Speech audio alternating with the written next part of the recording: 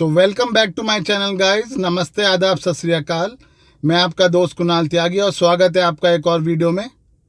तो दोस्तों, थैंक्स बोलूँगा पहले तो मैं, आप लोग मेरी वीडियोस को देख रहे हैं और मैं यही चाहता हूं कि जो भी मेरे सब्सक्राइबर हों वो लॉयल सब्सक्राइबर हों। मेरा चैनल अभी स्टार्टिंग में है, बट जितना भी है मैं खुश हूं अपनी वीडियो की रिस्पॉन्स से। तो ऐसे ही मेरी वीडियोस को देखते रहिए।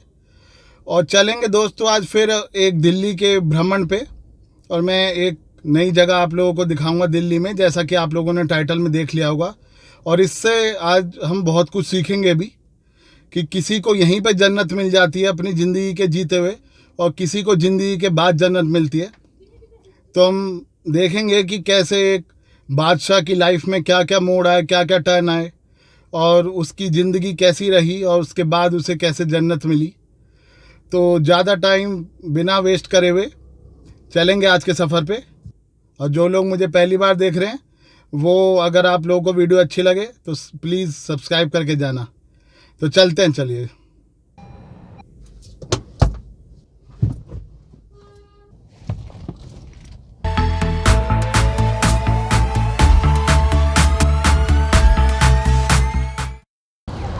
तो दोस्तों आ गया वो, अब मैं आप लोग को अभी मैं दिखाता हूँ हुमायूं टॉम, जिसे मकबरा हुमायूं भी बोलते हैं। और अगर आप लोग कार से आ रहे हैं तो कार मैंने पीछे लगाई है, जो मेन रोड है बिल्कुल उसके पास ही कार पार्किंग है। और वहाँ से आपको अराउंड 200-300 मीटर चलना पड़ेगा इसके एंट्री के लिए। तो ये इन्फॉर्मेशन देनी थी मुझे। और 4 घंटे के 50 रुपये हैं पार्किंग के, बट आप लोग को थोड़ा चलना पड़ेगा, वरना अगर आप लोग ये पब्लिक ट्रांसपोर्ट से आते हैं लाइक ऑटो एंड ऑल, तो ये बिल्कुल गेट के सामने उतारेंगे आपको, चाहे ऊबर या कोई भी आए। तो ये आप देख सकते हैं, ये इसकी एंट्री है, Humayun Tom a world heritage monument. और ये आप देख सकते हैं यहाँ पे, अगर कैश आप लोग इंडियन हैं और कैश दे रहे हैं तो 40 रुपीज़ है। अगर आप लोग कैशलेस दे रहे हैं तो 35 है, जिसे आप यहाँ से स्कैन करके देख सकते हैं। And if you are a foreign tourist, then price is 600 for cash, and through debit and credit card it's 550 for foreign tourists. So चलिए अब मैं अंदर चलता हूँ, और ये इसका विंडो है यहाँ की टिकट प्राइस की। तो दोस्तों अब मैंने एंट्री ले ली है यहाँ हुमायूं टॉम में। और अगर मैं आप लोगों को थोड़ी सी हिस्ट्री बताऊँ, यहाँ पे स्टार्ट करूँ हिस्ट्री बतानी, तो जो हुमायूं थे वो बाबर के बेटे थे। और अगर आप लोग जानते हैं तो बाबर ने मुग़ल एम्पर जो थे, उन्होंने मुग़ल्स का फाउंडर थे वो, उन्हें कहा जाता है। और उनके बेटे ये हुमायूं थे। और बाबर के बाद इन्होंने 1530 से पहले तो 1540 तक राज किया यहाँ पे। पर 1540 के बाद शेर शाह सूरी, जो कि सूरी डायनेस्टी के थे, उनसे इन्हें शिकस्त प्राप्त हुई थी और इनका रूल चला गया था। और उसके बाद दोबारा से 1555 में 1555 में रूल दोबारा से ये आए थे। तो ये तो इनकी हुई हिस्ट्री। बट अब इस टॉम के बारे में आप लोगों को बताता हूँ और अंदर जाके। ये कुछ व्यू है यहाँ का, मेरे पीछे जहाँ से मैं आया हूँ, बहुत ही सुंदर व्यू है यहाँ पे सारे। अभी तो असली आपको देखने को मिलेगी अंदर, कितनी मेहनत से अंदर ये टॉम बना है। हाँ, तो अगर मैं आपको हुमायूं की हिस्ट्री बताऊं तो वो अपने में काफ़ी बदकिस्मत बादशाह रहे हैं। पहले तो 10 साल राज करने के बाद सूरी डायनेस्टी ने उनका राज छीन लिया। और उसके बाद 1555 में जब वो दोबारा राज में आए तो 1556 जनवरी में उनकी डेथ हो गई सीढ़ियों से नीचे गिरने के चक्कर में। तो वो दोबारा 1 साल ही इस राज को संभाल पाए।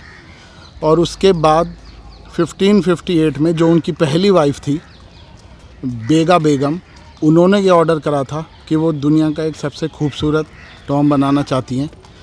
तो उसी को आगे देखते हुए ये टॉम बना।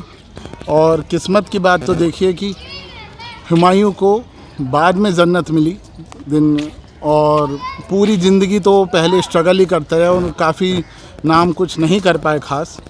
बट उनके मरने के बाद उन्हें जन्नत मिल पाई। और ये देखिए, ये है वो हंसी हुमायूं टॉम जो एक पत्नी ने अपने पति की याद में बनवाया था। ये आप देख सकते हैं, बहुत ही करिश्माई एक आर्किटेक्चर। ये उस समय रेड सैंडस्टोन से बनने वाला बहुत ही कीमती पेशकश। उस समय रेड सैंडस्टोन इतना यूज़ नहीं होता था, बट यहाँ पे उस पत्थर का यूज़ हुआ। और ये देखिए कितना सुंदर पेशकश हुई है। आजकल तो हम बच्चों को एकदम छोटे से पढ़ाने लगते हैं, उन्हें सिखाते हैं ये ऐप से पढ़िए, वो ऐप से पढ़िए। हज़ारों ऐप्स आ गई हैं, हज़ारों टेक्नोलॉजी आ गई पढ़ने के लिए। बट उस समय देखिए, जब कनेक्टिविटी भी नहीं होती थी और इतनी नॉलेज भी नहीं इधर उधर से उधर ट्रांसफ़र हो पाती थी, उस समय उस पर्शियन आर्किटेक्ट ने ये डिज़ाइन बनवाया था आज से 500 साल पहले। और इसके चारों तरफ देखिए एक खूबसूरत चार बाग बोलते हैं इसे। ये पर्शिया में तो ये गार्डन बहुत फेमस थे, बट उस समय इंडिया में ऐसे कोई टॉम के अराउंड या मकबरे के अराउंड कुछ भी ऐसे नहीं बनाए जाते थे गार्डन। तो उस समय ये पहला ऐसा है जो इंडिया में जो टॉम के अराउंड चार बाग बना था ये। और कुदरत का वो देखिए, जो मैंने आपको बताया कि हुमायूं जो था वो अपनी पूरी ज़िंदगी में तो ज़्यादा कुछ नहीं कर पाया, बट उसकी वाइफ ने अमर कर दिया उसे ये बनवा के। वो जब उनकी डेथ हुई थी तो उसके बाद उनकी वाइफ हज पे गई थी और इसलिए उनका नाम हाजी बेगम भी है। और उसके बाद से उन्होंने अपना पूरा जीवन यही बनाने में लगा दिया और पूरा कंस्ट्रक्शन को उनके अंडर ही हुआ है। बट उनकी जो दूसरी बेगम थी हमीदा बेगम, उन्होंने भी इस कंस्ट्रक्शन को रूप दिया।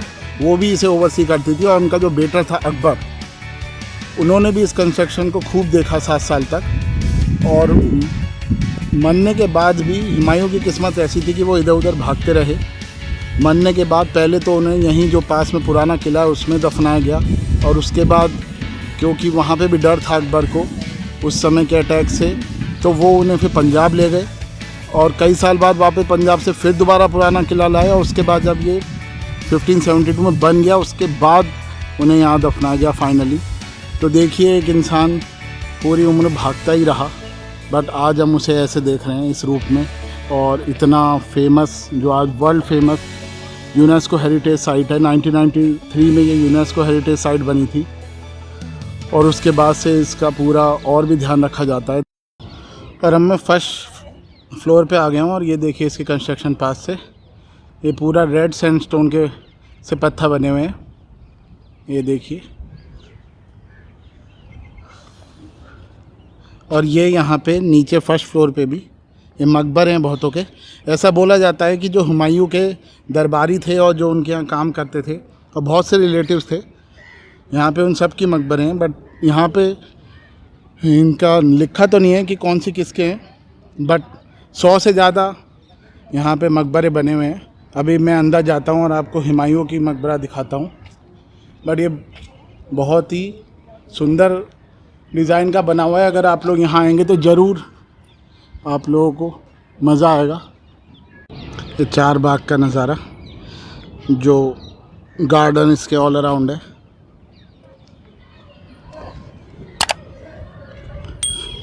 मेरे को तो यहाँ घूमने में बहुत मज़ा आ रहा है, देखने में उससे ज़्यादा कि हमारी हिस्ट्री क्या है, कैसे ये सब बने।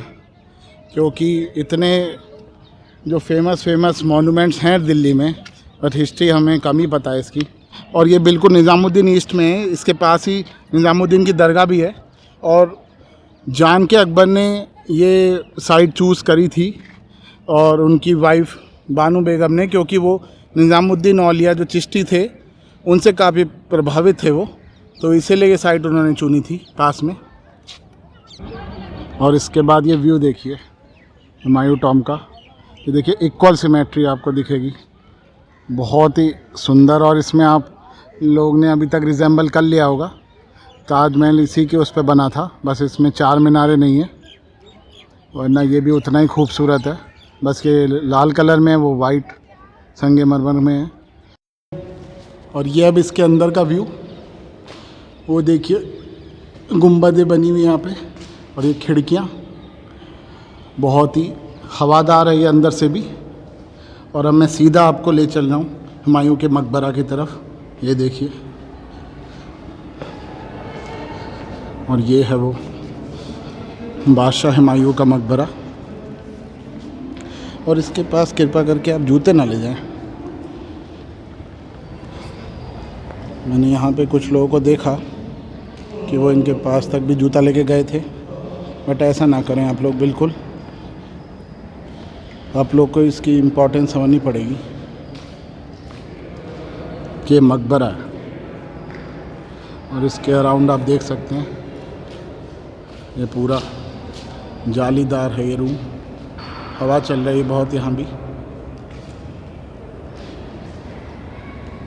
और इस मकबरे के आसपास भी बहुत सारे और मकबरे हैं, उनकी वाइफ का, बानू बेगम का, हमीदा बेगम का, और उनके ग्रेट ग्रेट ग्रैंडसन दारुशुको का।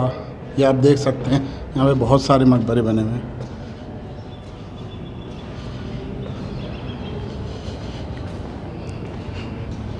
ये आप देखिए। प्रॉब्लम मुझे बस एक लगी यहाँ पे कि यहाँ पे इन्होंने किसी भी मकबरे के आगे लिखा नहीं है बिल्कुल कि किसका मकबरा है, किसका मकबरा है। तो ऐसे हम समझ नहीं पाएंगे कि कौन सा मकबरा किसका है, बट हैं यहाँ पे बहुत सारे।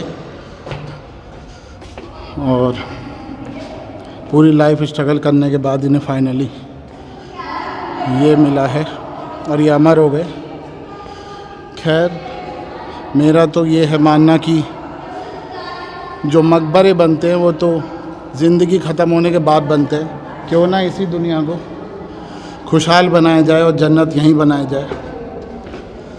तो मेरी सब लोगों से अपील है कि मिलजुल के रहें अपने पार्टनर के साथ, सबके साथ, और खुशहाल बनाएं ये दुनिया। क्योंकि बाद में ऐसे जन्नत मिले, अमर मिले, तो किसको क्या पता क्या मिल रहा है। तो एक दूसरे के साथ खुश रहिए। तो चलिए दोस्तों, अभी मैं हुमायूं टॉम से तो बाहर निकल रहा हूँ इधर, और अभी मैं इसके बाद आपको ईसा खां के मकबरा पे ले चलता हूँ जो कि इसके बाहर है यहीं पे। ये हुमायूं टॉम के बाद आपको साइड में जब आप बाहर निकल लोगे तो ये ईसा खां का मकबरा भी मिलेगा। और ये ईसा खां जो थे ये शेरशाह सूरी के अफ़गान नोबल में से एक थे। और कमाल की बात तो ये है कि इनका जो मकबरा है वो तकरीबन हुमायूं से 20 साल पहले यहाँ बन चुका था और हुमायूं टॉम उसके बाद बना है। और ये देखिए, ये ईसा खां का मकबरा भी बहुत ही सुंदर है उस ज़माने का, बल्कि हुमायूं टॉम से पहले का है। और इनके रिलेटिव्स का मकबरा भी इसी के अंदर है। तो ये भी इसके साइड में देखने की जगह है पूरी। देखिए इसके अराउंड भी लॉन है, गार्डन है बहुत सुंदर। तो चलिए चलते हैं। ये आप देखिए 1550 के करीब की ये जो है कंस्ट्रक्शन अभी तक भी जीवित है और खूब स्ट्रॉन्ग है। आजकल तो कई बार 1-2 साल में ही कई पुल टूट जाते हैं, कहीं कुछ टूट जाता है, क्योंकि आजकल सब में मिलावट होने लगी है। बट उस समय के काम ये देखिए कितने पक्के हैं, अभी तक भी कोई इन्हें हिला नहीं सकता। थोड़ा बहुत तो 500 साल में होगा ही असर, बट फिर भी देखिए यार ये पूरा व्यू यहाँ का। बस ये आप बाहर निकलते हुए देख सकते हैं इसे। और बाई चांस ये मकबरा अभी तो बंद हो गया, वरना मैं अंदर से दिखा देता। तो दोस्तों अब मैं निकल गया हूँ हुमायूं टॉम से और पार्किंग में आ गया हूँ। और जैसे कि मैंने आपको पहले ही बताया 4 घंटे के 50 रुपीज़ है। और अब मैं यहाँ से निकलता हूँ। आप लोगों ने ज़्यादातर उन्हें ताजमहल तो देखा ही होगा जिसे हम दास्तान मोहब्बत बोलते हैं, बट उसका जो सारा क्रेडिट है वो यहाँ इस हुमायूं टॉम को जाता है। कि जैसे कि मैंने आपको बताया कि जो शाहजहाँ को इंस्पिरेशन मिली थी वो इसी हुमायूं टॉम से मिली थी और ऑलमोस्ट सिमिलर स्ट्रक्चर है उसका भी। बस 4 मीनार इसमें नहीं हैं जो उसमें अलग हैं, और ये रेड सैंडस्टोन से बना था। तो आई होप आपको ये अच्छा लगा होगा मेरा आज का व्लॉग। और ऐसे ही मैं जल्दी आप लोगों को दोबारा किसी भ्रमण पे लेके जाऊंगा और दिल्ली की और खूबसूरत जगहें दिखाऊंगा।